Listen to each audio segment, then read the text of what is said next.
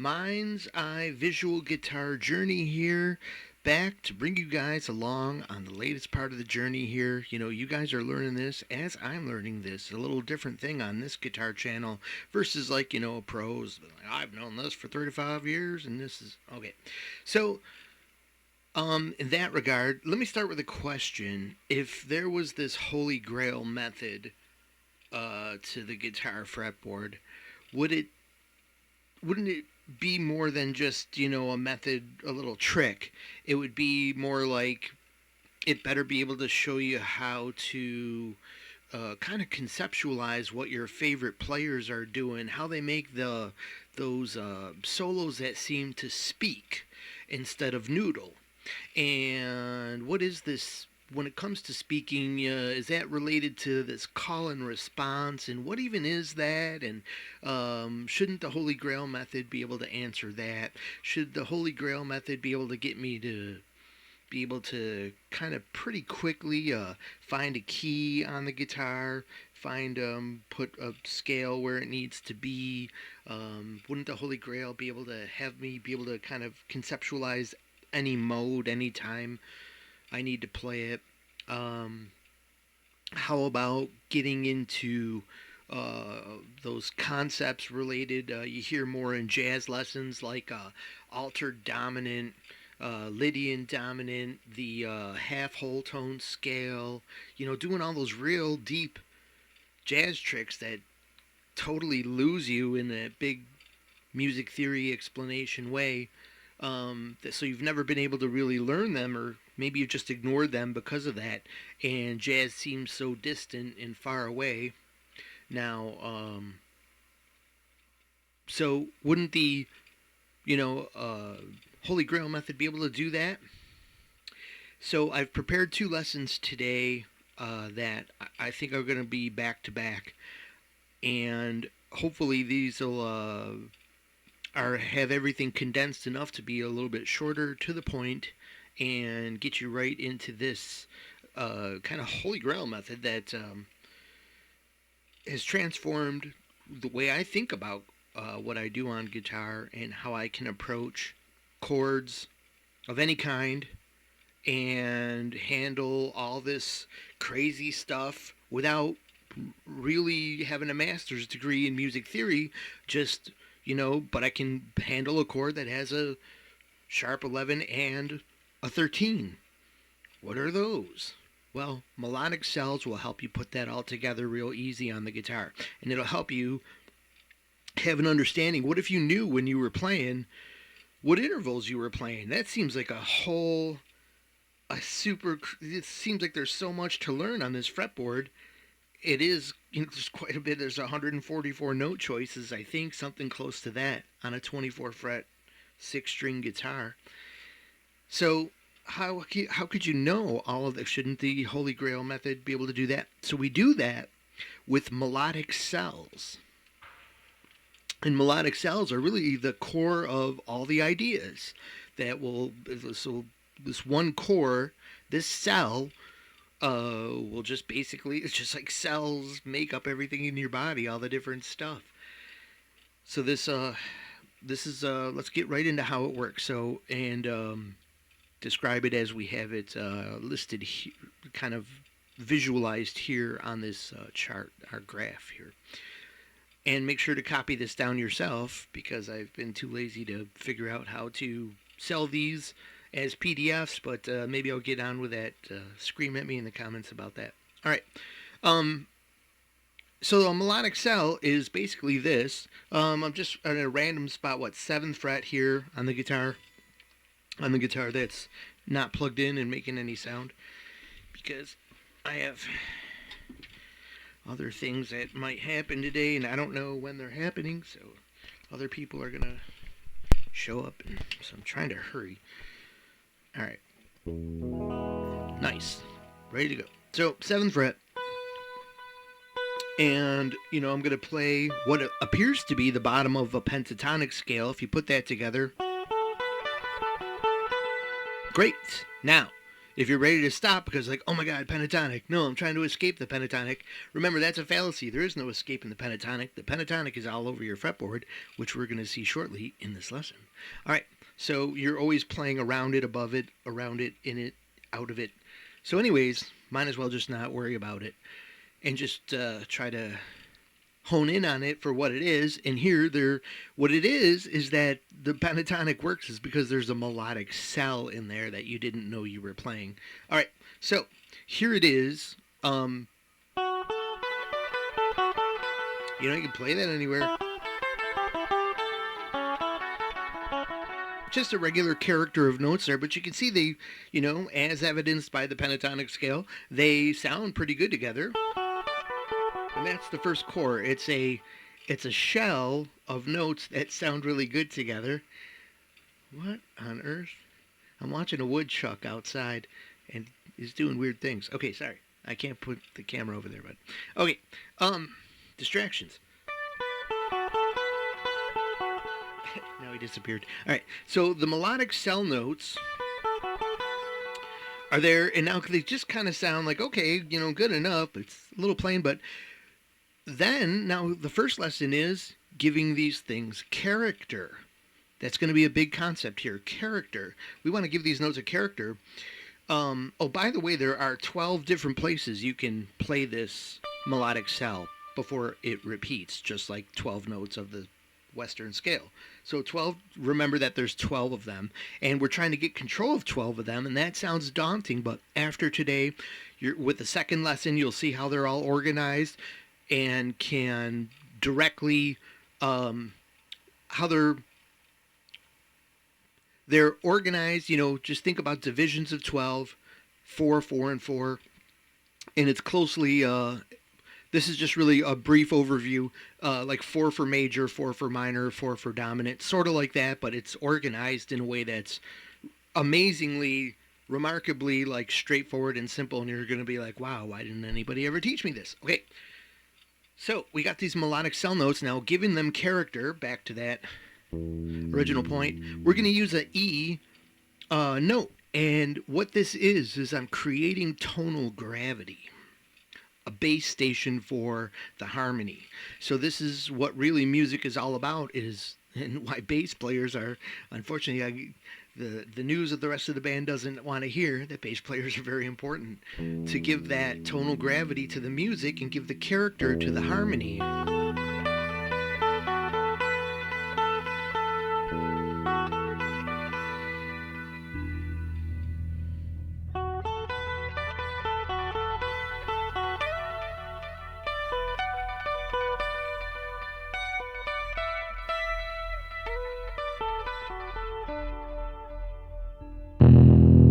Whoa, sorry about the loud. I'm really sorry if you're wearing headphones. I'm wearing headphones and it wasn't too bad. So, okay, melodic cell notes, as you can see, are cool when all of a sudden they have a character. So, and then the same root note. I'll show you how they. There's a cell right here, has this character. We're going to move that cell down. Same root note. There's a character. Kind of like a voice.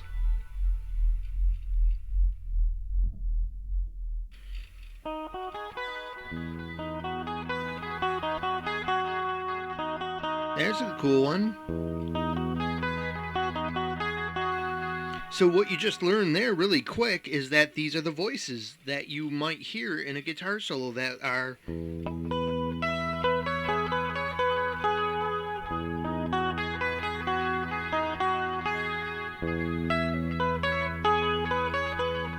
how to quickly get them with melodic cells, and the cell is always the same, which makes this method super easy. Now, this isn't the only cell available on the guitar. Like, you can come up with any one you want. It's up to you. This is the one I can say I come up with it, but it's there. It's part of the major and minor arpeggio system. And you can do the same thing for like dominant. Will have its own little shape system, something like this.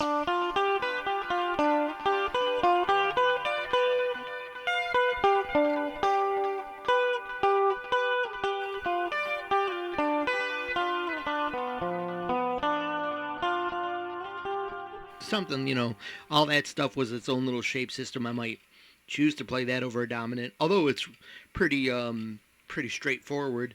You're gonna see all the special things that basically dominants are what affords all this funky cool. All of a sudden the extensions are there, the flat 13 is happening, we're getting into some crazy jazz lesson, and the altered this and the that. That's where all that comes from.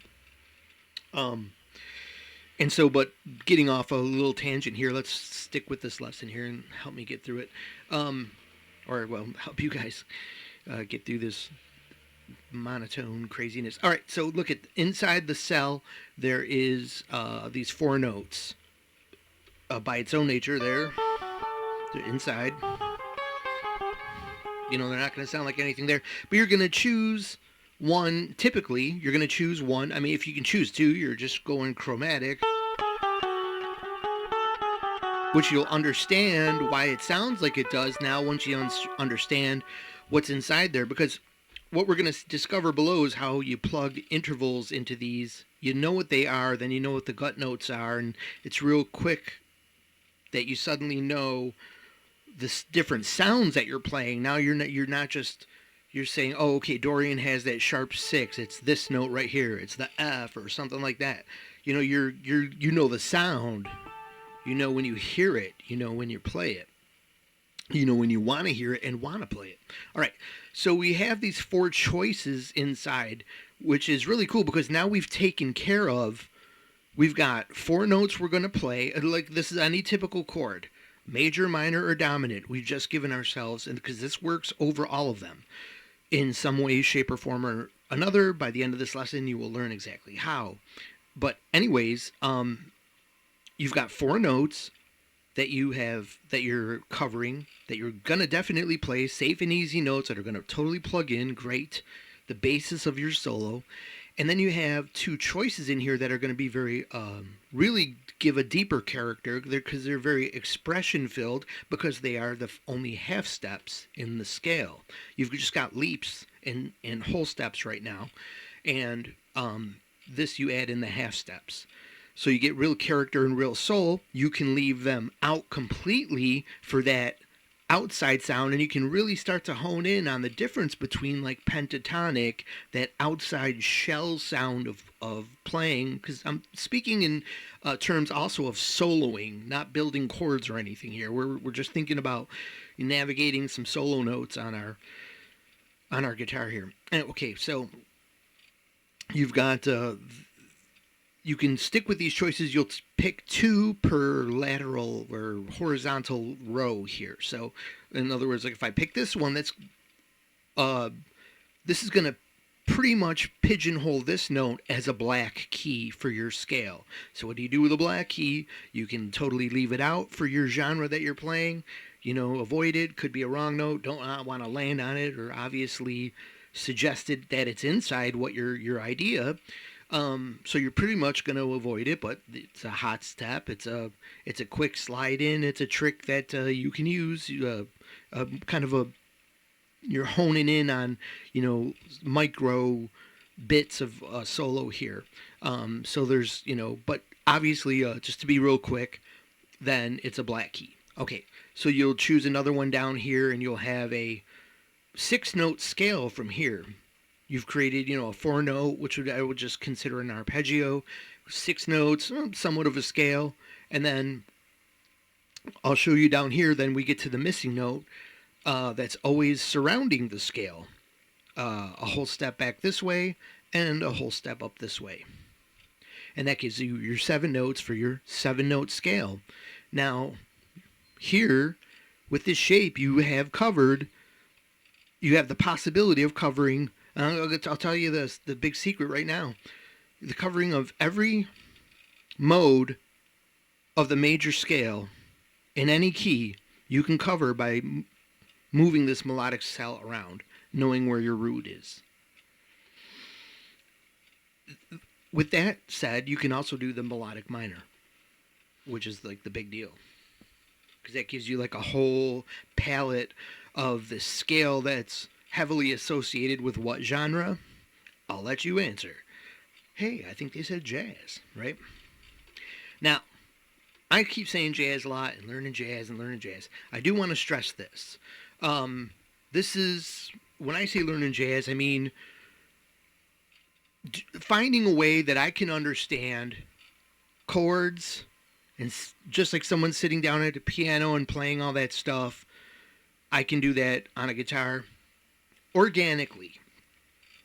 And have a, if not fully organically, I can have a real good foundational idea of just how to get through it as an understanding that I understand. But the best way to learn the actual jazz genre, I would tell a student something completely different. A faster track, and probably a more sensible track, is, make sure you know all these songs. And I totally learned, I picked up on my first rock solos because I knew the music so well. I could hear all my Pink Floyd solos. I could play them in my mind. I knew them fully and totally. Any song that I liked from the radio and in my Rush and everything else, I could pick up really quick all the kind of characteristics of the genre and how the bends worked and the scale shapes that were typical, all because I knew the songs so well. So I do want to make sure that that's clear.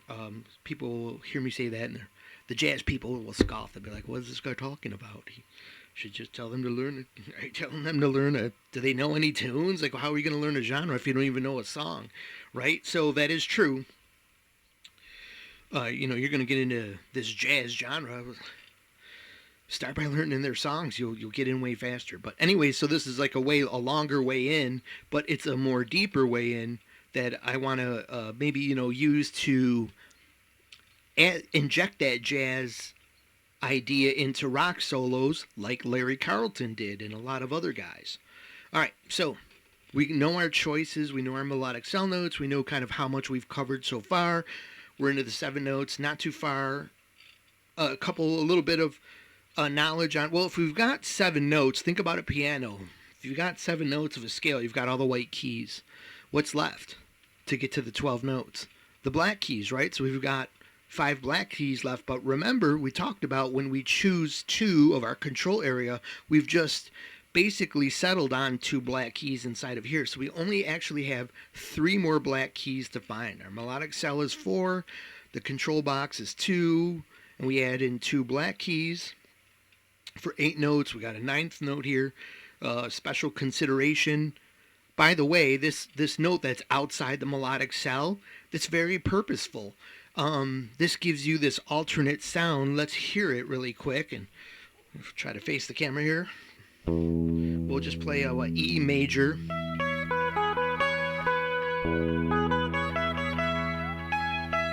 I'm still circling the orange note.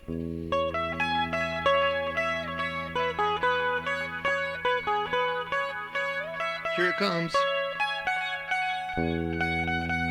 See, I'm away.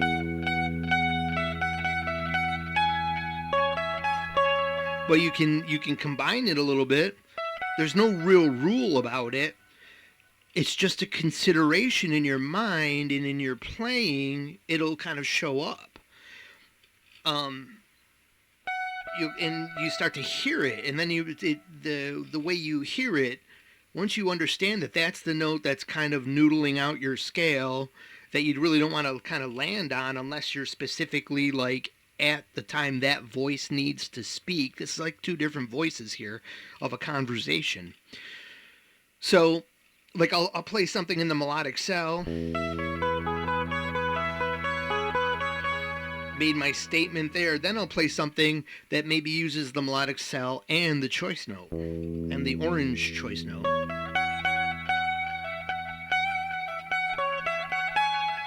I got myself back into ready to go back to the melodic cell.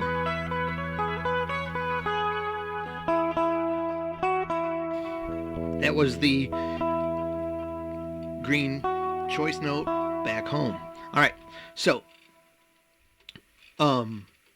it's an away note. And if you start to consider it, you're going to hear something in your playing, I think. All right, so we got the remaining black keys. Where are those? And they're very conveniently located because sometimes in some genres, we're going to want those black keys.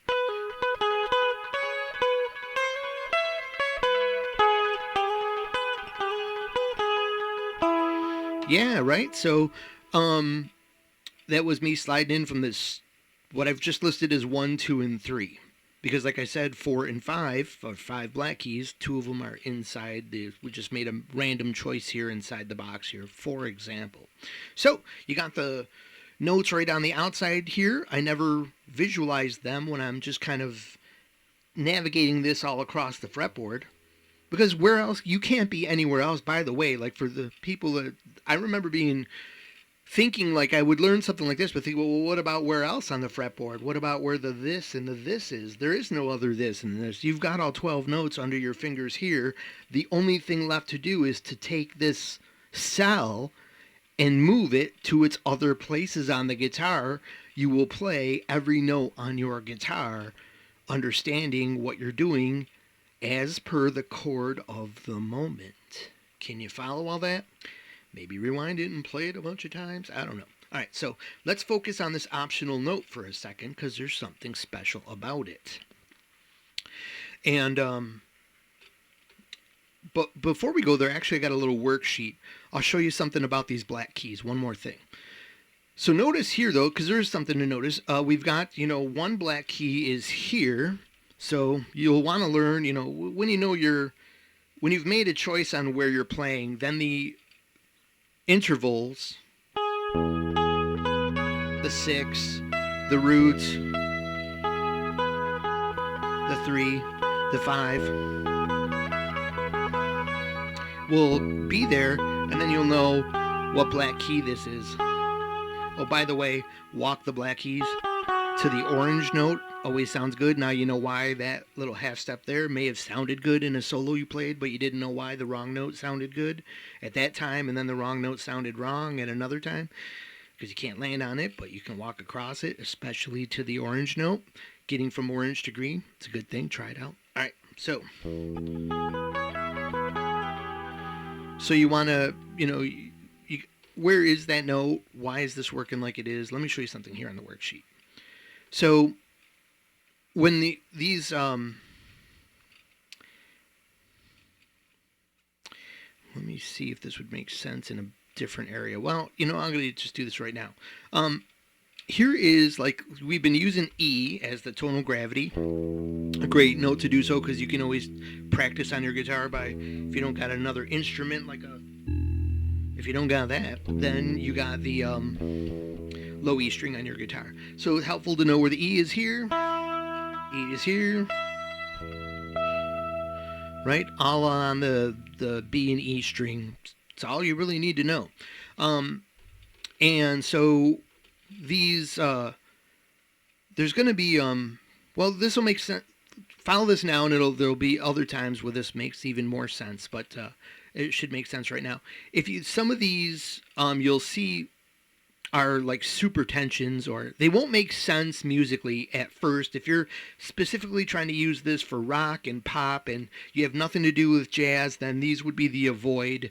Real simple, these would be the ones you're not going to use. There's 3 of them, and you'll see that they're all placed between the roots. You've got a root a half step away from your idea. You're outside of your tonal gravity.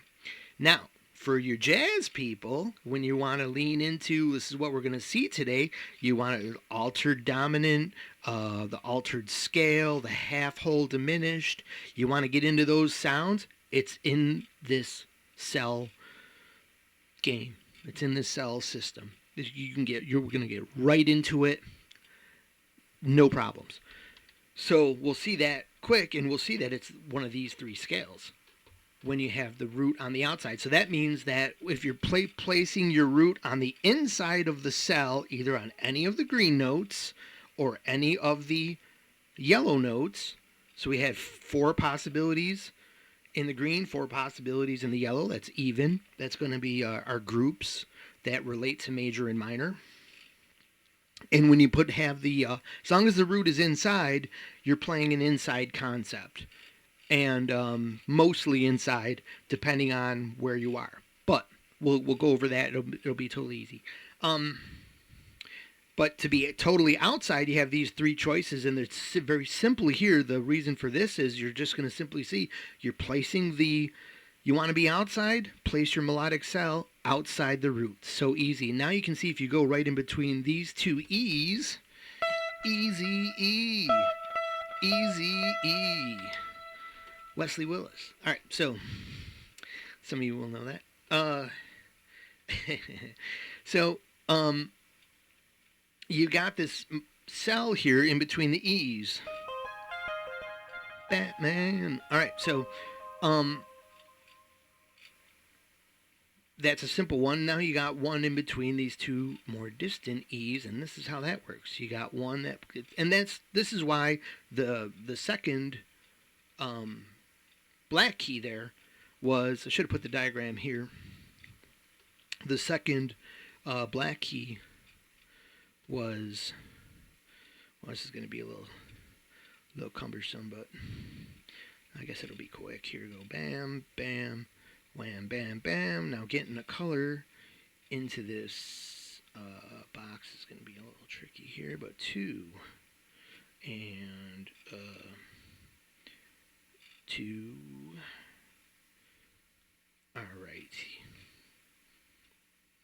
Make sure it's set to white. And 3, sir. We did not set it to white. Now we've messed up. All right. Yeah, I knew that was going to happen. All right, so we got to do this. Got to do this. Got to do that. And we do that and that. That usually works, but it didn't, so we're just going to keep it like that till it disappears. All right, so you've got the, you can see why the 2 is doubled up on each side. That's when you're pigeonholed your melodic cell between those two roots. All right, so on the other side of the roots, you would have, if you place your scale at least on one side of the, there's so much space, it won't be on both sides of your scale, but so you can see there's the 3, the black key, that would be the, consider the 3 there. You got it here and here. If your melodic cell is here, and you've got your root is going to be right there. And then you could have your root on the outside of the scale here for replicating number 1 there. Whoa, I didn't mean to do that. And so if you were filling in your mind's eye the shape right here, then you got it. Now you can sort of see there's almost a little outside pattern here. So if this is going to sound probably really terrible, but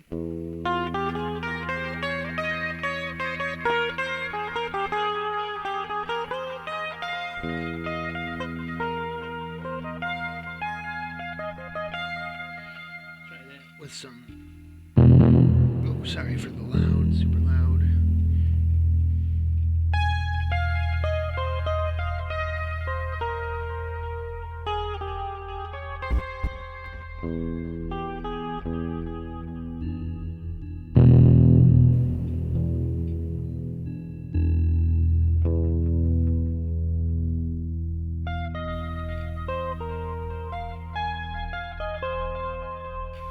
So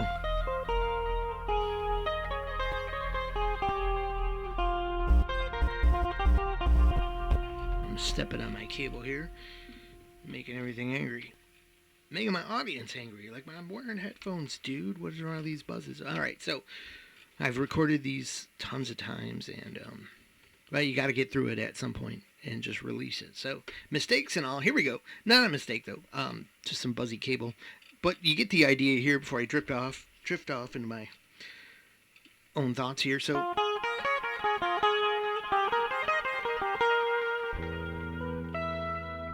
anyways, way outside, but it would make sense if you were playing over a dominant chord and wanted that super Locrian 2 or whatever the heck we'll discover later. So anyways, the shape in this, the cell shape within the diamond, so, or the secondary melodic cell, moving to the next topic here. The secondary melodic cell shape. So now you guys are saying, oh man, I thought there was only one shape, now there's two. Yeah, well, it's pretty easy because it's a diamond and it's a really cool way to encompass your cool away note. So, and it also helps, this is what I'll use, since the intervals juggle around there, this tends to become the root. It works for minor. So if I got a minor chord here where the root is on the 6th string, so here we got a D minor, using that jazz grip, I can get right into the basics and then have the away note right there. So there's the start of it. You can get, find a place to start in just by knowing a root. But there's way more to this. So it's the same arpeggio shape. This is what we really need to know. So it's this exact same melodic cell. It's just a new shape that connects to that melodic cell and allows us to target, like a target, that note right in the center, which will always be our... That never changes. That's always, even though you say, well, Mar, how can this be? Like cells always, or, scales always have different shapes everywhere. The guitar is so hard to learn, but nope. The way this works, the way your guitar is designed, the way the strings are set up in the tuning, this cell works the way it does. As well as, you do have to make some adjustments here and there for the B to G, the G to B string shift that will distort the shapes once in a while, but it's really just this diamond that gets a little distorted. But anyways, so because the regular cell shape has a method to get through that you don't really notice. There's going over the B string shift. So anyways, the finding the diamond. So the next question is like, oh, well then this seems like, I'm going to be playing the melodic cell. Now I got to stop and think like, oh, where's the diamond? Where's the diamond? Find the diamond. This guy's method is mad. It's crazy. He sucks. But it's not that hard at all because there's an escape note right in what you're playing. You're always anchored. You're never going anywhere. You always have that in that melodic cell right there. So like, for example, say I wanted to play that melodic cell over that chord. It's a strong choice there, but anyways, I have an escape note in this cell. I have an escape note here, the first note I played, and the two darker notes on the scale, the third and the root there, on our diagram. So that leads me, I can go to the next cell. But if I want to I think I went to anyways. Oh my God. But I can go to that diamond. And it always gives me a little extra flavor there of the same melodic cell, just an octave higher.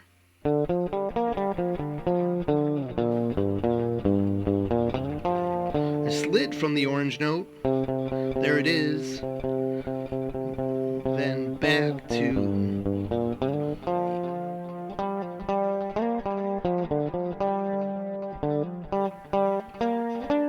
diamond again. A little escape out of there because I know how. Anyways, so there you go. And playing, getting access to that orange note.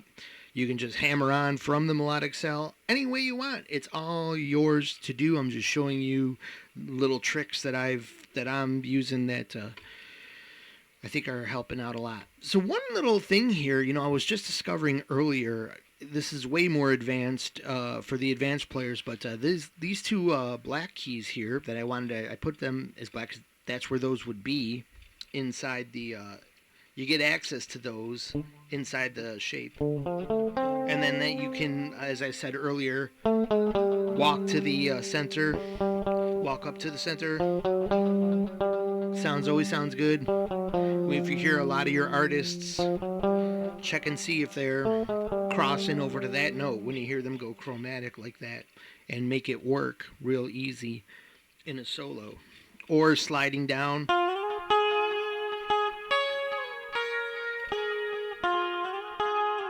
You hear that long slide, aka Jerry Garcia. Check and see if he's rolling through a melodic cell.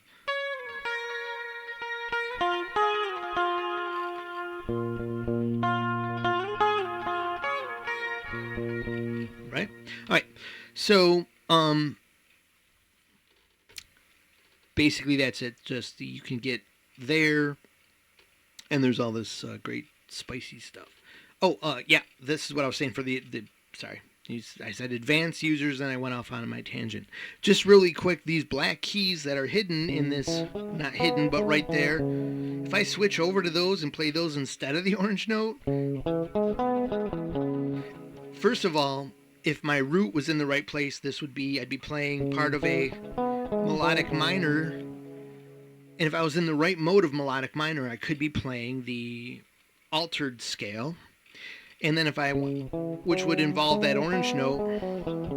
But if I wanted to switch into the half whole tone scale, I swap out the orange note for both black keys. So now that sounds just kind of like, when the hell would you ever use that? Especially if you don't want to play anything in like a jazz type genre or over a dominant seventh chord. But if you were, that's a sound that would be over some corresponding dominant seventh chord, which I don't have in my, just not ready to play that at the moment. All right, so let's explore our control box choices, shall we? So here's an example of the C major scale on the fretboard. All we need to see, C major, always pretty easy.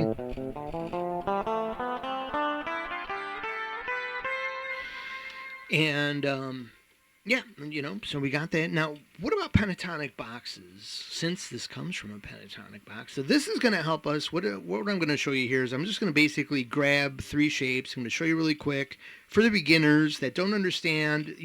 If you don't understand, watch this. If you don't understand, sometimes I might use a name like, okay, so this is the Phrygian shape, and you're like, wow, if that's a Phrygian shape, why are we talking about playing a different mode?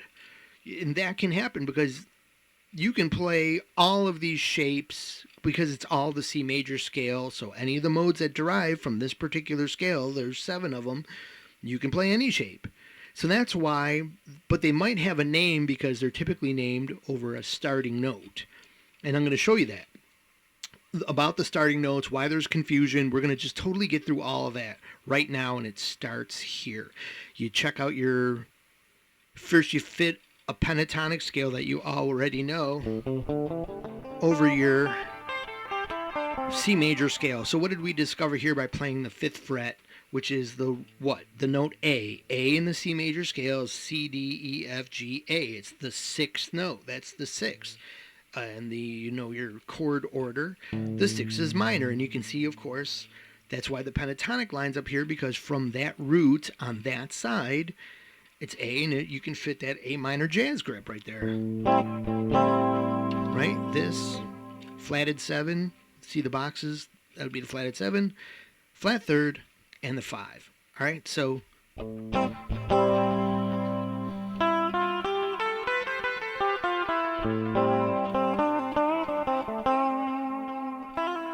so pretty basic. Now, so we'll typically call that Aeolian shape. When you hear me, here it is singled out. This is what we're going to be talking about. All we need is this part to grab the melodic cell that we need. The rest of the pentatonic shape is made up of the edges of this shell anyways. It's all the same notes. So with that one extra note, we've already called that the orange note, right? So that's all you need. So we're just going to grab these little melodic cells out of there, and you're going to hear us talking about basically there's only 4 choices you can get mathematically or visually or geometrically or whatever way you want to think about it. There's only 4 choices of 2 notes that you can get out of these 4 spaces. So we're going to see that there's 3 that come out of this scale. Then what's the 4th? That's the big thing here. So this one, if I talk about this choice, now also when we play these melodic cells in different spots, to get those different sounds, when we choose to add in the gut notes, we might think about this shape and what it will sound like, because each shape is associated with a sound. Down here we have the word neutral, because this shape is associated with the neutral or natural minor. Because check it out. In the key of C, A is the natural minor, but look at the pentatonic closely. It's that if we get the major as the root, or we put the root over here, we get major on this side of the pentatonic. That's going to be important when we talk about our root placement. So we just need to know this simple thing. Minor on this side, major on this side. This is going to be like a key to understanding the rest of the lesson for the beginners. So if we had we can create a regular minor 7 chord, a major 7 chord. The A is the minor 7. On this side, major 7, and the same notes, here they are again.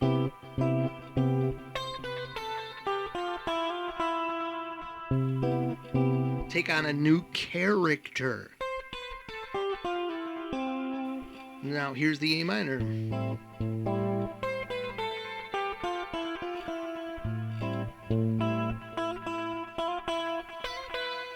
Because here they have a whole different explanative power against that chord of the moment. So they'll each tell their own story, but it's the same exact notes. You're just changing the tonal gravity and then the tonal harmony. All right, so the most important thing is your gravity and your harmony to create your characters. And so when you choose then the gut notes like this, you're choosing like a neutral avenue. And that'll kind of show up in the choices that you see going forward. So natural minor is what this is commonly called. And I just like to say, as a little tangent here for my beginners, call it natural major, be a nerd. And all the purists will hate you, but why not? It's natural major and natural minor. Totally good understanding. And these are relatives, so relative major and minor. Every pentatonic that can correspondingly have this minor and major feature contains a relative major and minor. D, if you move this up to D, which we're probably going to do in a second here, has a relative of F. E has a relative of G. And you're going to be able to quickly know all your relatives once you start really thinking about the pentatonic always like this. But anyways, there's other places to move the root as well, not just this, but this is the starting place, and that's why they teach this, because this is like ground zero for your voices. All right, so major and minor. And this is balanced then. This is the, A natural minor corresponds, so Aeolian corresponds with Ionian, and that's why I'll sometimes call this the Aeolian shape. I should put this in quotation marks because that's what I mean. Like the Aeolian, not shapes, but shape. The Aeolian shape. I will call it this because it's just quick and easy. You'll see up ahead we'll have a Dorian shape and a Phrygian shape, even though they correspond with the other major modes. Every minor mode corresponds with a matching major mode. So we know Ionian is straight up major, Aeolian is straight up minor. This is the balanced scale. Now think about this really quick. I know I've repeated this for the people who follow along the channel. This is going to try to capture the beginners here who are always lost. Well, you're not always lost, but you know what I mean. Sometimes it's hard to follow along with my lessons because it's hard for beginners because people are always leaving them behind when the theory explanations get a little bit big. All right, so you've got this one. The high note here is slid up toward your in the choice of 1 or 2 here, you're choosing the higher up note, and then on the lower string you got the note slid lower, so lower, lower, higher, higher. All right, so then the only other choice we have is to take the lower and move it higher, or the higher and move it lower. And that will, where does that happen? We'll check it out. So we'll go back to the beginning here, and we'll go bam, boom, bam. Can you see that happening? Look at that, just light right up in your brain, in your mind's eye. When someone says Dorian, I'm going here and playing off my second note of the scale. I made the diagram a lot simpler here. This is all we need to know is the cell that we're pulling out, the control box idea. That's what we'll refer to this yellow area, control box usually. And then it could be Lydian if I choose this note pattern and I have my root here on E. I'm playing in Lydian.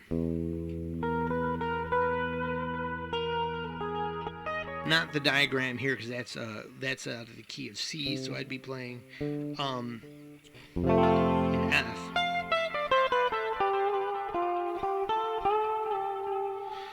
Anyways, it doesn't totally matter for our lesson really, just in case you were sort of fuzzy on the correlations, something's throwing you off, this could help tighten all that up for you.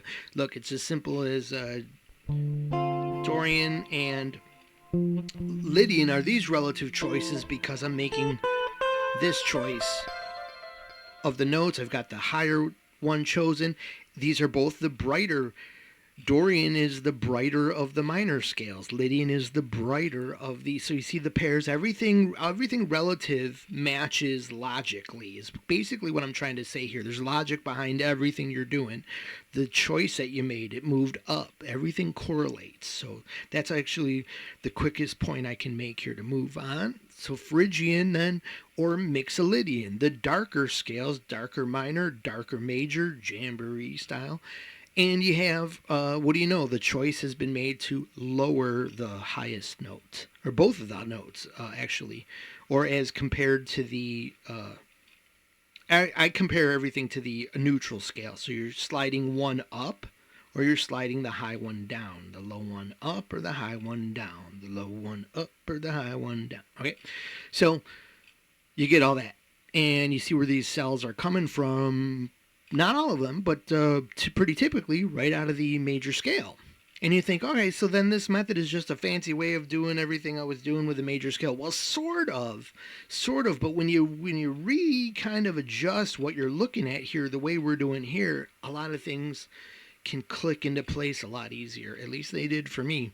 So what about this final? These three shapes are cool, but they leave a final possibility here. What if you moved the lower note high and the higher note low? What if? Now, granted, on its own, let's hear it. Here I am playing it from the 5th fret. Oh, sorry, we started out wrong. Starts with a whole step. Just kind of sounds, like compared to, that was the opposite. Sounds good. Sounds part of a major scale. Then we got, they all sound pretty congruent. Except for this one. That's why a lot of people will discount it.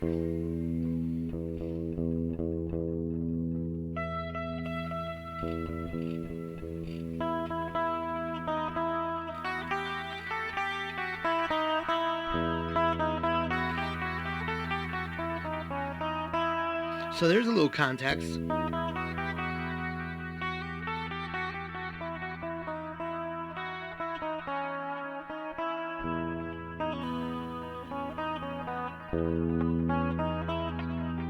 Alright, so pretty cool.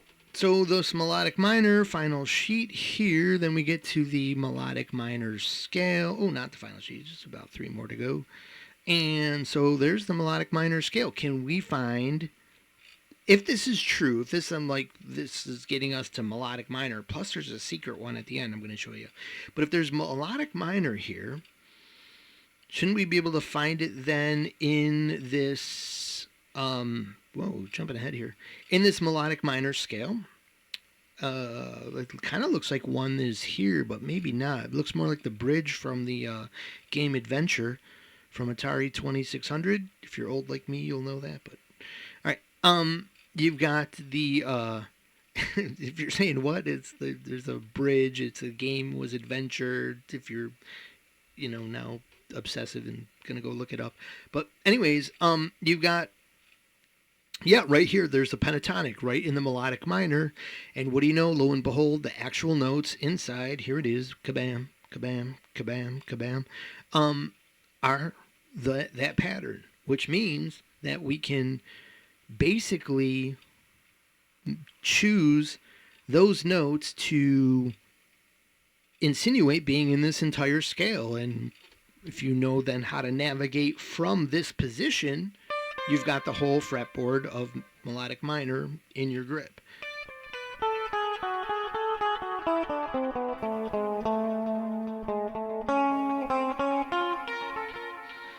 Something close to that, probably not exactly, but anyways, like here is a great way to kind of highlight it here. Here is a great way to get across the fretboard here. The melodic cells work just like they do anywhere else. There's nothing special about them, just the gut notes are different. So here's a shell, or a cell shell. She sells seashells by the melodic seashell. Sorry. So the whole scale in there would be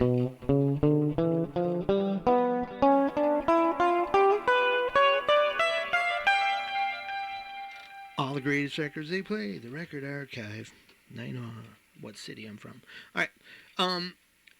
So we have the this shape then, and now that we have understood the potential of this to be used as a doorway to melodic minor and its very useful modes. Because remember, melodic minor, just like the major scale, has modes, and we're going to see that in the next lesson. We'll identify which one, each and every one that we can find.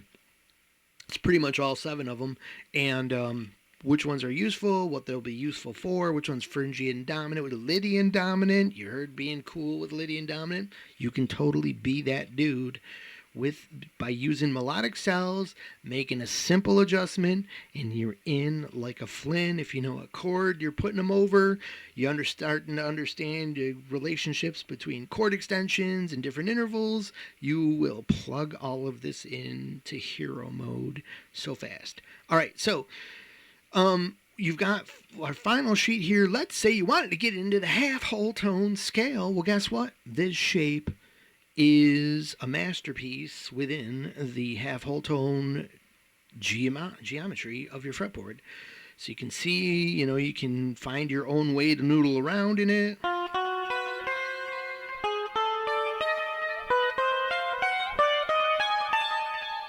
And if there was some proper chord going on, you would have that funky, weird sound happening. Because you've heard how things sound kind of cheesy alone, but sound cool with tonal gravity. So, yeah.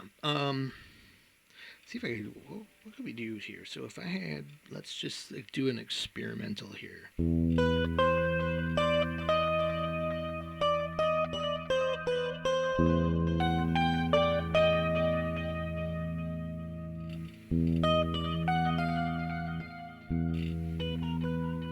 Now there's 3 of them, so that's where the you'll have to experiment, because there'll be a tonal gravity that works with each of them. Well, there should be 3 different versions of this, just like there's like 3 different possibilities of the diminished scale.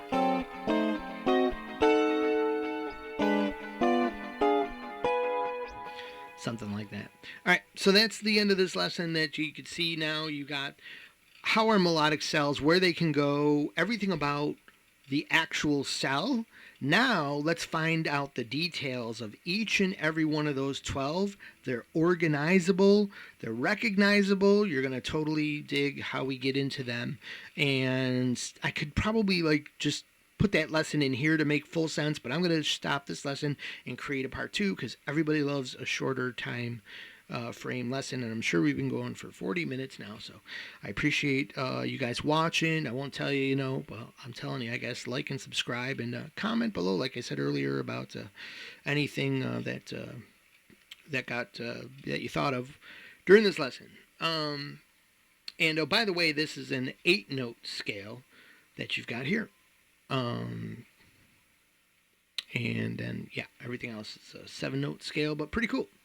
And to get all 7 notes, by the way, you would actually play 2 yellow. So play a cell, and then the melodic notes, or the control notes, the yellow notes. That would be the whole scale.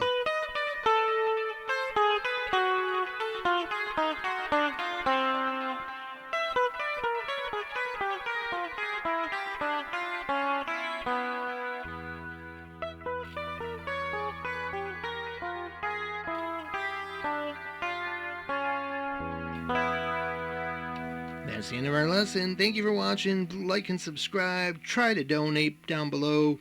We need to get a Patreon going and make this channel real. Thank you very much. See you on the very next lesson.